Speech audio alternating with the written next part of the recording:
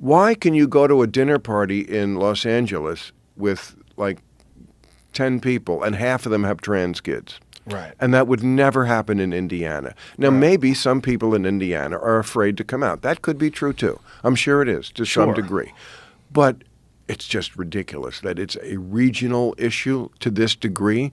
So obviously, and I know people who say, oh, yeah, at my school, all the kids want to be trans. It's just not cool to be straight anymore. Right. You know, it's like every generation has to find a way to say to their parents who gave you everything, fuck you. Right. Whatever you do, I'm going to do different. And for a lot of kids, that now is just gender. My stupid, lame parents think that humans are male and female. Gross. I'm fluid. Okay.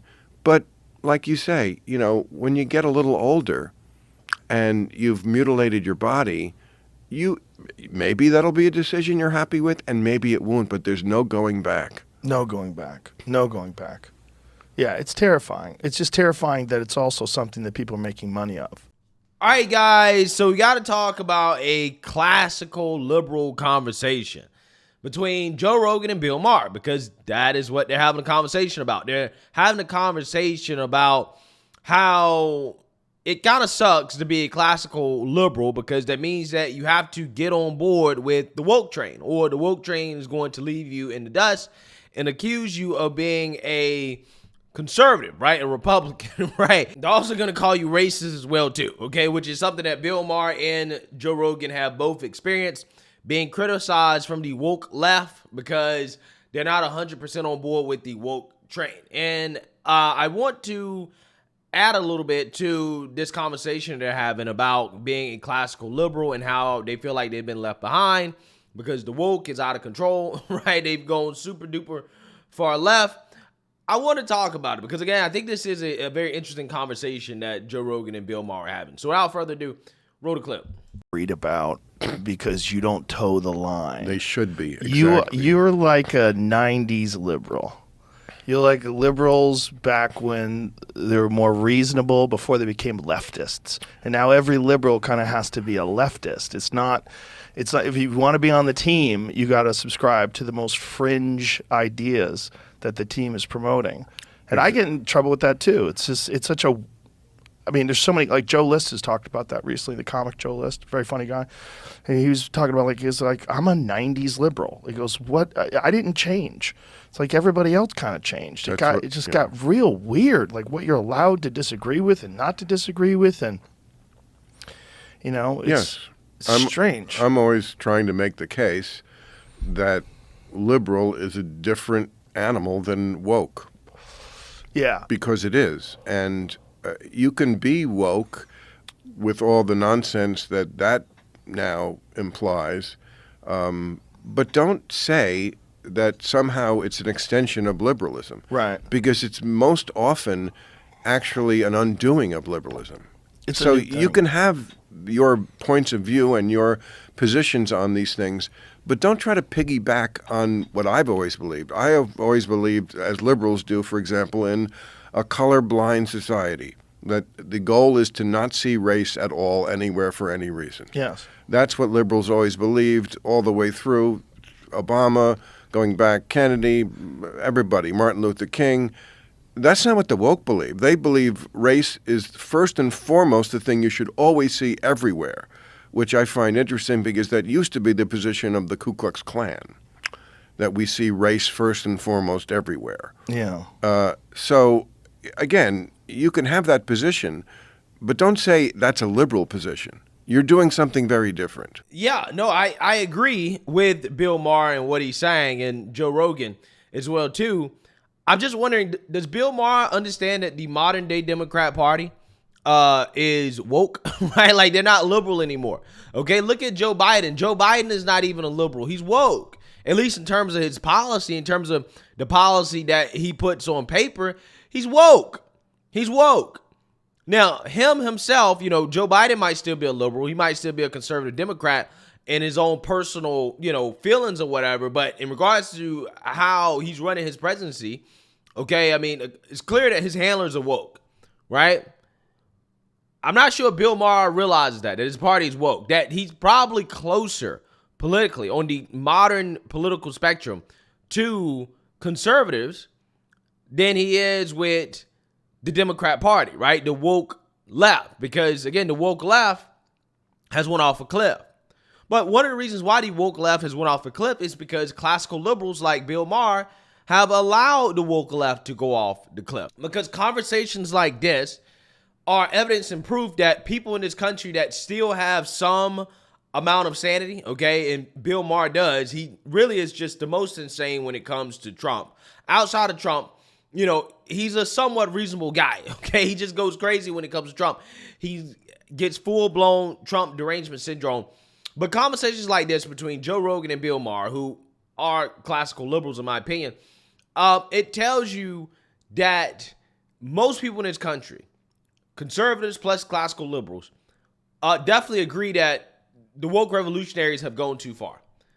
However, it's only the conservatives that are speaking up. Okay, a lot of the classical liberals are just not speaking up enough against the woke agenda, whether that be when it comes to race, because they're afraid of being called bigots. They're afraid of being called racist. They're afraid of being called homophobic, transphobic.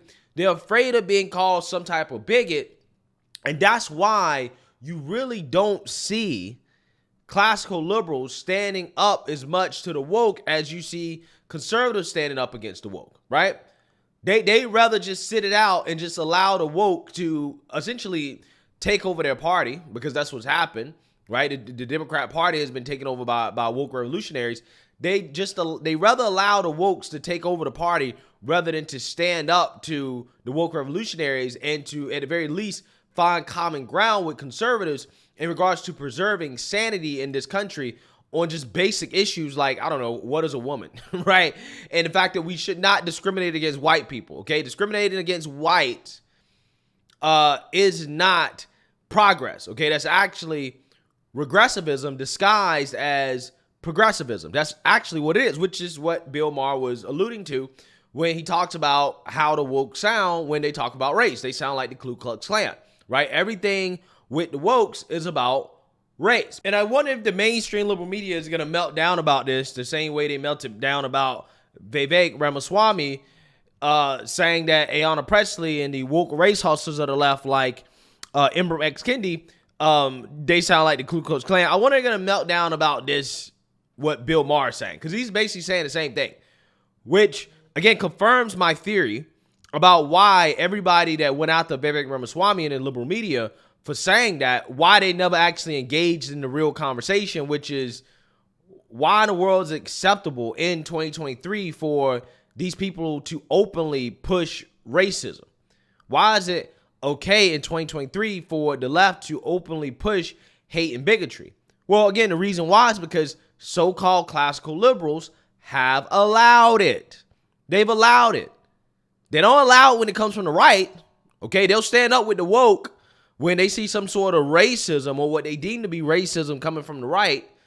They'll stand up to that. They'll say, oh, that's wrong. But when it comes from their own side of the aisle, the wokes, when they're, again, screaming at the top of their lungs, demanding more racism in this country, demanding segregation, demanding discrimination against whites, they're silent. They don't have anything to say. Again, it's amazing how that works, right? A lot of classical liberals complain about how the woke have went too far and how they've been left. Well, the reason why is because they've allowed themselves to get to that point. Because you don't rein in your side of the aisle when they get extreme. Instead, you continue to vote that way. You continue to, support it by not speaking out against it. Because if you don't speak out against it, you support it. And this is where you end up. In a position where straight white males like Bill Maher and Joe Rogan, they're not very popular, right? You're not very popular, okay? The wokes are coming for your clout. They're coming for your position. Again, they already tried to de-platform Joe Rogan because he's a straight white male, okay, who speaks his mind. That's part of the reason why they went after him. And they've also tried to come after Bill Maher as well, too. But again, you signed up for this because, again, you've allowed these people to go this far in the name of trying to score points against conservatives. I'm talking more specifically about Bill Maher, not necessarily Joe Rogan, but still. The fact that he's openly saying this tells you that a lot of these people know that the woke is too far. They know that the left is unhinged. But not enough of so-called classical liberals are speaking out about it and calling it what it is, which is just flat out racism and discrimination and hate. That's what it is. At least you can define it that way, right? If you're going to define it that way when it comes from the right, 100%. So yeah, I thought that was a fascinating little conversation there from Joe Rogan and Bill Maher saying the quiet part out loud about what they all think about the woke, right? It ain't just people on the right. Everybody thinks that. They're a small minority in this country, a very small minority. But the reason why they're allowed to get away with so much is because you have people on the left side of the aisle, classical liberals, who just allow them to do whatever they want because they're afraid of being called bigots. I'm so serious. Let me know what you guys think. Make sure you like, comment, and subscribe. Most importantly, share a Black conservative perspective. Peace.